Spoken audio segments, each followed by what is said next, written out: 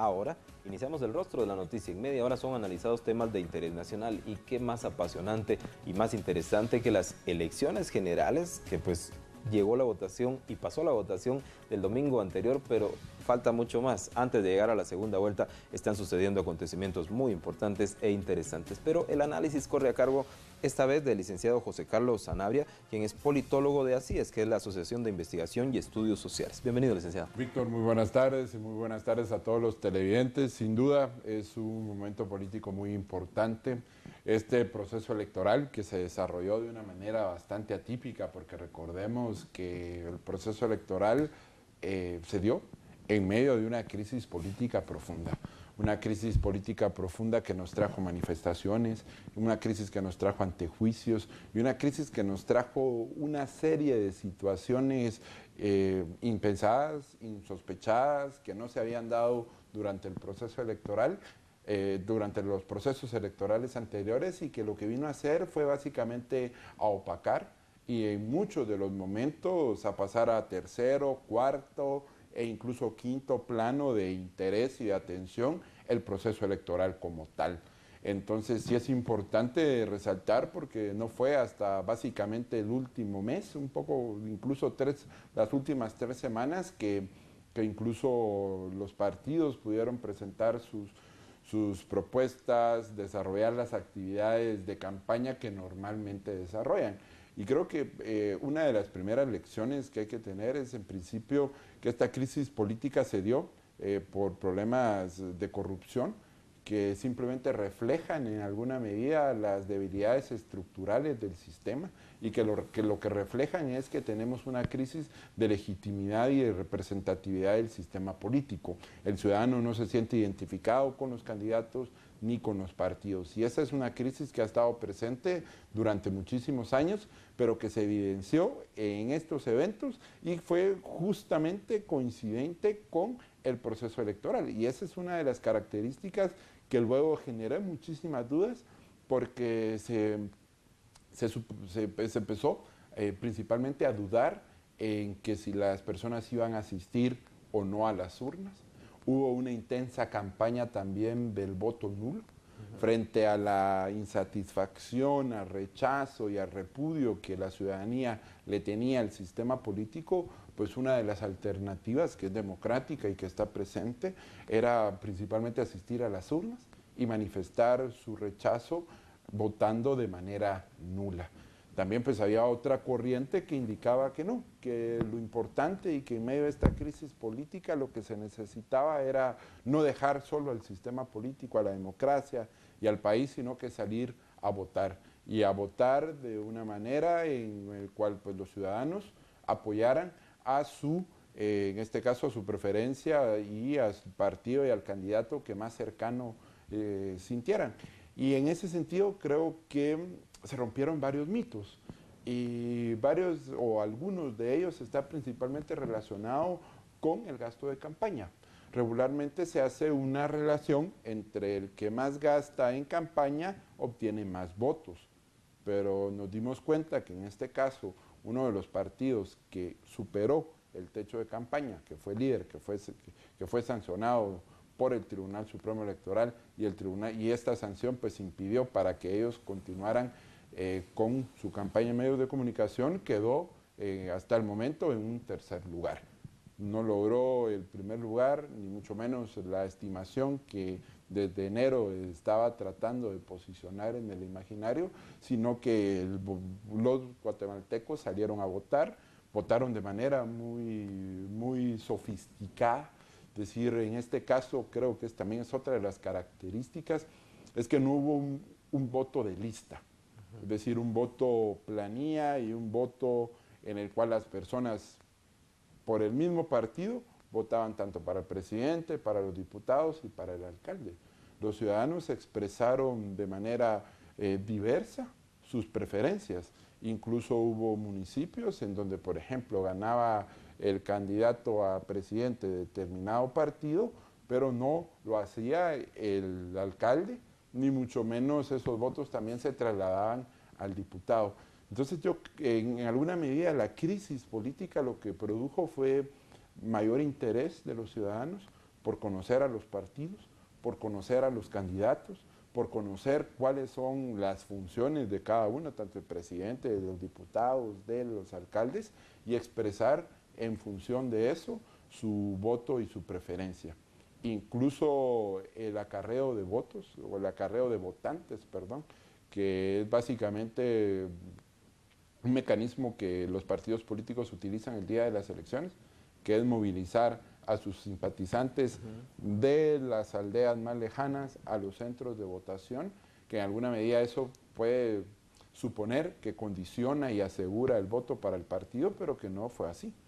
Estoy casi seguro que, por ejemplo, tomemos un caso de algún municipio donde determinado candidato movilizó a 3 personas, estoy seguro que de las 3.000 personas, perdón, que movilizó a 3.000 personas, de ese número obtuvo 100 o 1.000 votos, es decir, no obtuvo el mismo número de votos de personas que movilizó.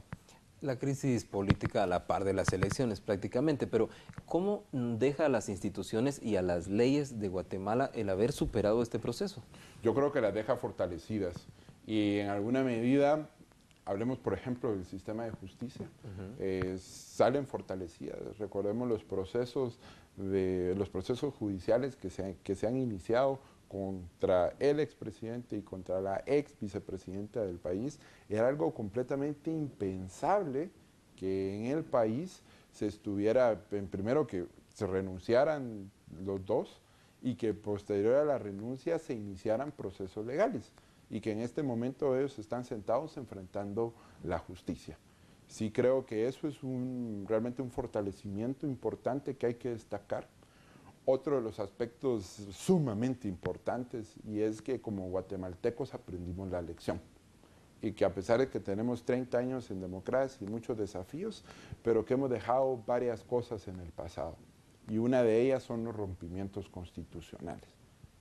En este caso, la crisis política que estamos viviendo y que vivimos con intensidad durante todos estos días se solucionó por las vías legales, por las vías institucionales, respetando las instituciones, respetando los procesos, a diferencia de lo que sucedía hace 40 años, que una crisis política se solucionaba con un golpe de Estado. Entonces creo que eso es muy importante destacarlo. Otro de los aspectos también importantes a destacar, sin duda, es las manifestaciones. Los ciudadanos de manera voluntaria, y esto no solo en la ciudad, porque al principio fue un fenómeno que se le adjudicaba mucho a la ciudad, a lo urbano y a ciertos sectores, principalmente universitarios, de clase media alta, pero al final del día, las manifestaciones que se han sostenido o se sostuvieron por más de 20 sábados, lo único que contribuyeron fue a generar una conciencia ciudadana. Fueron manifestaciones pacíficas, fueron manifestaciones en las cuales asistieron ciudadanos de todas las clases sociales, de todas las edades, de todas, tanto urbano y rural, porque no solo se dieron acá, sino se dieron en el interior de la República. Entonces sí creo que en alguna medida esto es importante porque una ciudadanía despertó. ¿Hay indicios de que los partidos políticos hayan entendido antes de las elecciones, o quizás entonces después de las elecciones, el mensaje que le envía la población? Yo creo que los partidos políticos tuvieron una lectura tardía e incluso una lectura bastante equivocada. Creo que los partidos políticos no tuvieron una respuesta inmediata en medio de la crisis. Fue un golpe tan fuerte que en alguna medida los dejó como medio desbalanceados y muchos partidos políticos no se pronunciaron después de que inició la crisis el 16 de abril, no se pronunciaron sino hasta 2, 3 e incluso un mes después.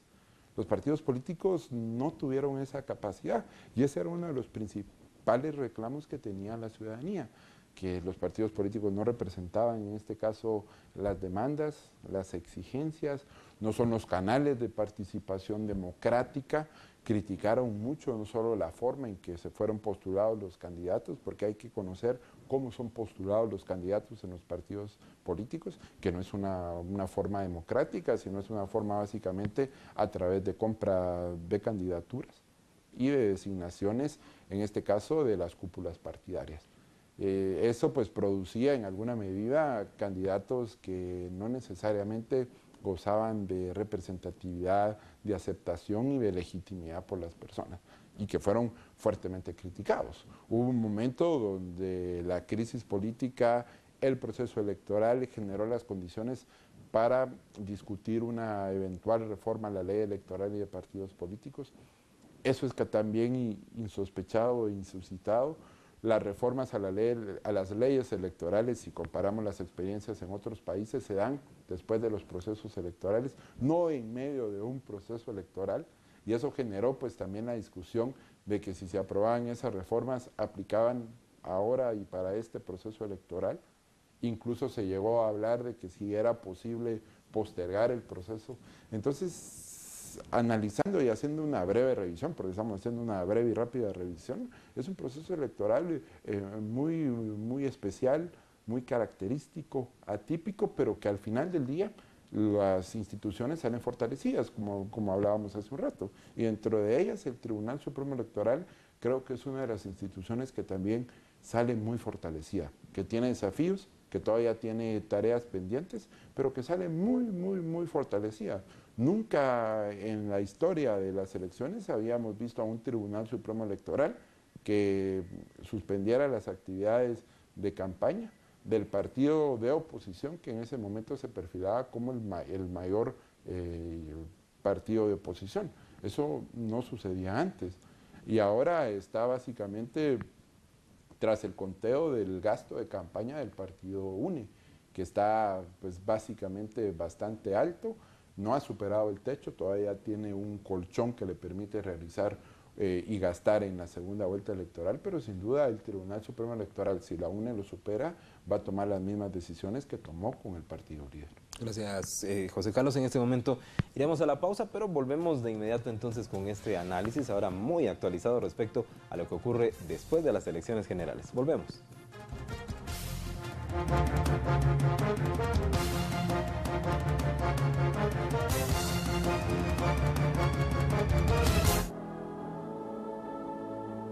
Desde este y todos los domingos por TN23, como un servicio social a los guatemaltecos, TN23 presenta a las 10 de la mañana la Misa Dominical. Cuando la información se produce, TN23 se la comunica.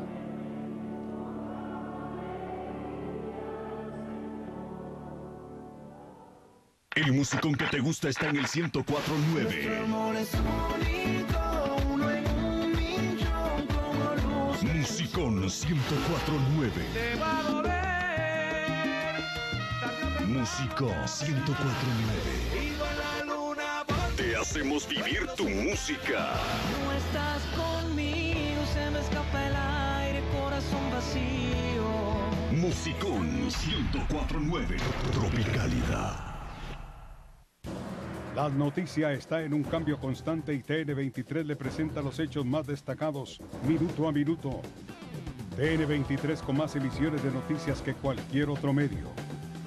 En vivo, desde el lugar donde ocurren las noticias.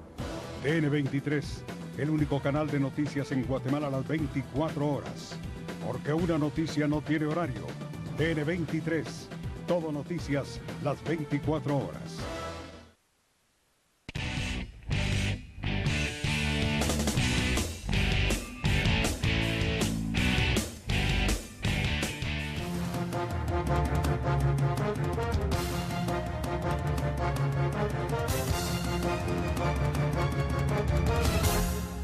Continuamos en TN23 y aquí en el rostro de la noticia, en este análisis post-elecciones con el licenciado José Carlos Sanabria, politólogo de ACIES. Hablemos entonces de lo que se viene, la segunda vuelta electoral. ¿Podrán los partidos políticos que vayan a la segunda vuelta defenderse por sí solos y lograr una cantidad aceptable de votos o tienen que recurrir a alianzas, licenciado? No pueden competir solos. En este caso las alianzas son indispensables. Recordemos que si bien quedaron en primero y en segundo lugar, fue una votación bastante débil. Si la comparamos con las votaciones tanto que se tenía en el primero y el segundo lugar de elecciones anteriores, encontramos que en esta elección, tanto el primero como el segundo obtuvieron un porcentaje de votos muy pequeño. Entonces, en este sentido, no hay, es decir, no hay otra opción de que los candidatos busquen alianzas, y alianzas con partidos, alianzas con sectores sociales, y en este caso, pues algunos de los criterios que en alguna medida vamos a ver, parten principalmente de hacer un análisis de las fortalezas y las debilidades de cada uno de los partidos y candidatos. Haciendo el análisis del partido UNE, principalmente es un partido que tiene una fuerte presencia en el interior de la República. Es un partido que, además de esa presencia, se caracteriza por tener también estructuras partidarias sólidas, es decir, hay un cierto voto duro que tiene el partido en el interior de la República, pero esto no se refleja o no existe una contrapartida igual en sectores urbanos y básicamente capitalinos. Entonces, en este caso, creo que una de las decisiones que tomará el partido UNE es principalmente, indudablemente, fortalecer y asegurar ese voto que ya tiene, pero también tratar de entrar, de acaparar votos en las zonas donde no necesariamente es aceptada la candidata o no necesariamente donde tiene apoyo. Entonces, en este sentido, las alianzas tendrán que ir orientadas principalmente a fortalecer esas debilidades que el partido tiene. Las características del partido FCN Nación están principalmente que, bueno, en principio es un fenómeno bastante atípico, no era algo que se esperaba. El candidato logró capitalizar un poco ese sentimiento antipolítica, ese sentimiento antivoto de lo tradicional, y que en alguna medida permitió que llegara a las instancias que están, entre otros elementos, por supuesto, pero que en términos de estructura partidaria y presencia es muchísimo más débil que el Partido Unidad Nacional de la Esperanza.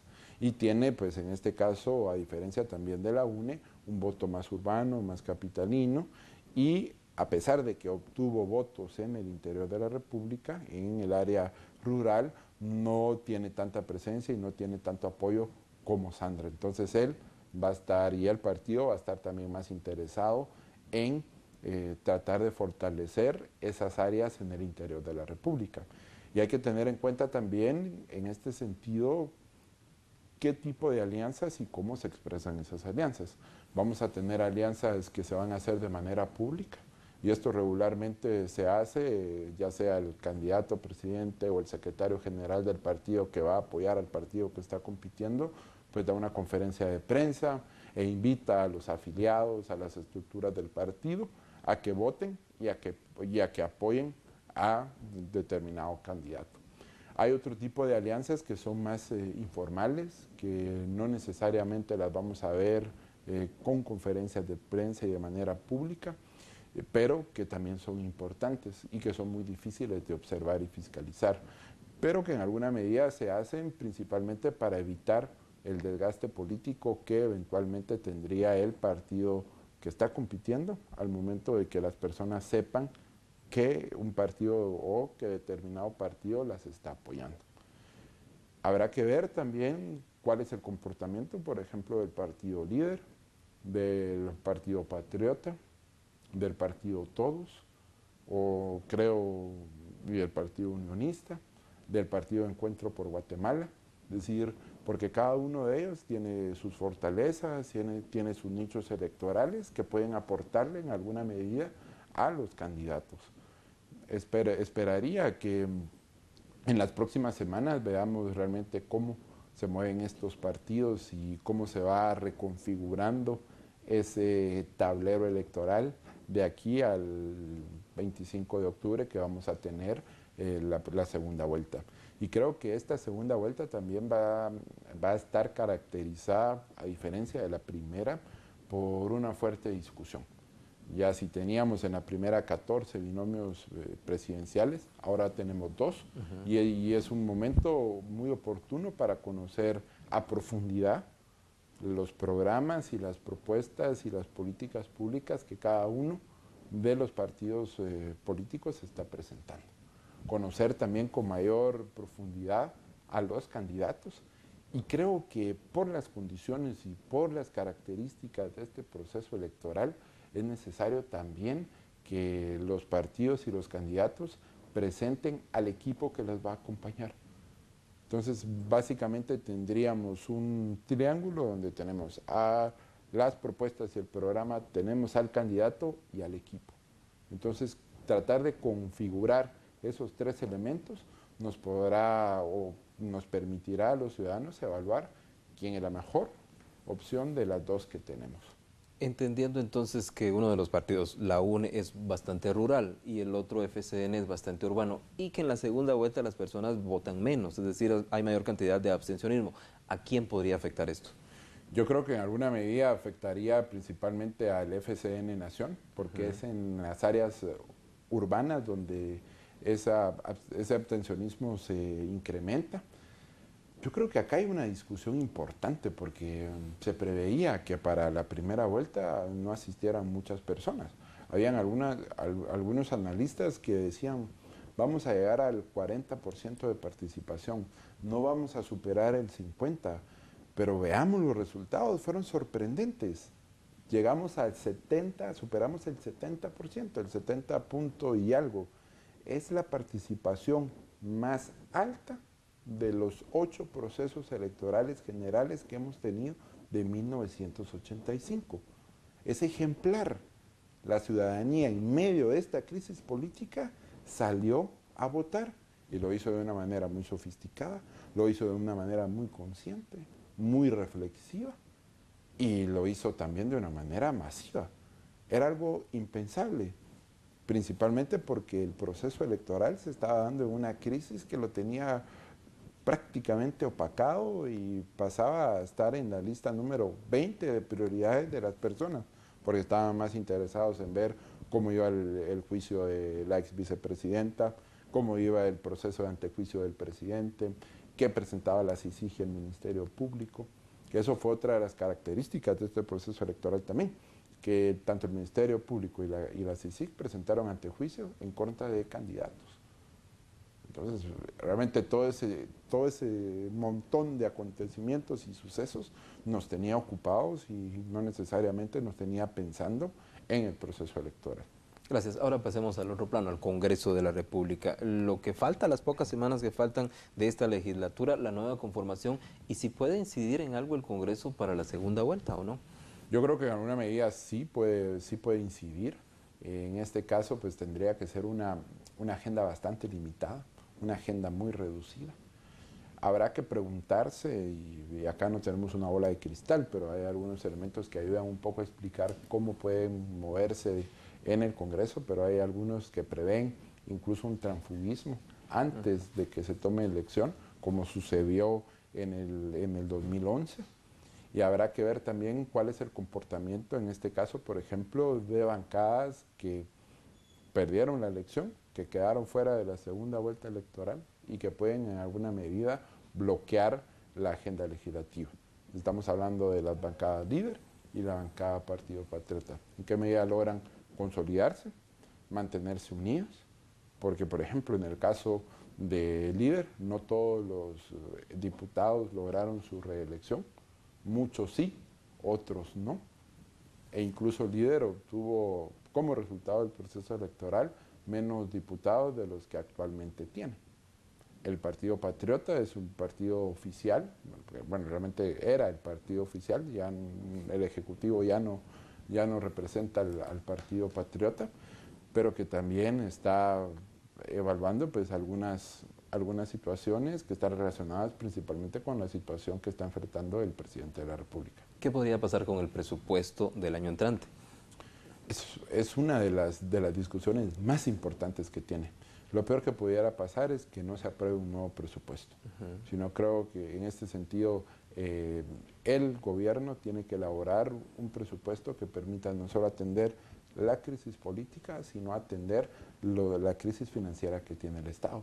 Porque el 14 de enero la próxima persona que asuma la presidencia de la República tendrá no solo una crisis política, sino también tendrá una crisis financiera.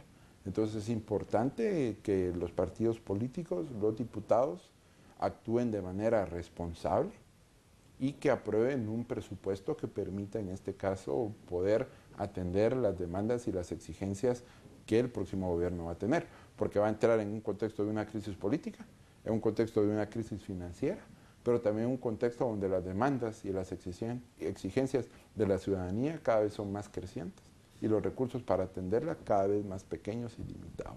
Entonces eso pues, generará indudablemente muchas dificultades para el presidente. Tenemos un minuto para concluir. Pongámonos ahora en el papel de los partidos políticos actuales. ¿Qué lección debieron aprender ellos? ¿Qué deben presentarnos para dentro de 4 años? Creo que programas bastante fundamentados, propuestas políticas concretas, campañas innovadoras que no estén respaldadas necesariamente en el dinero y en campañas masivas. ¿Puede recuperarse esa credibilidad? Sí, yo creo que sí, y los partidos políticos tienen ese desafío. Licenciado Sanabria. Mucho gusto. A usted gracias por estar con nosotros en esta media hora y en este análisis profundo de lo que está sucediendo en este momento en nuestra Guatemala, por demás interesante. Como siempre, agradezco su preferencia, lo invito a quedarse aquí en TN23. Aquí vienen noticias y vienen más programas como este que también van a interesarle mucho.